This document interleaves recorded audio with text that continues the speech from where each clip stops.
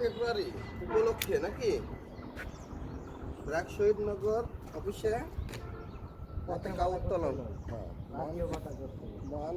মহান 21শে ফেব্রুয়ারি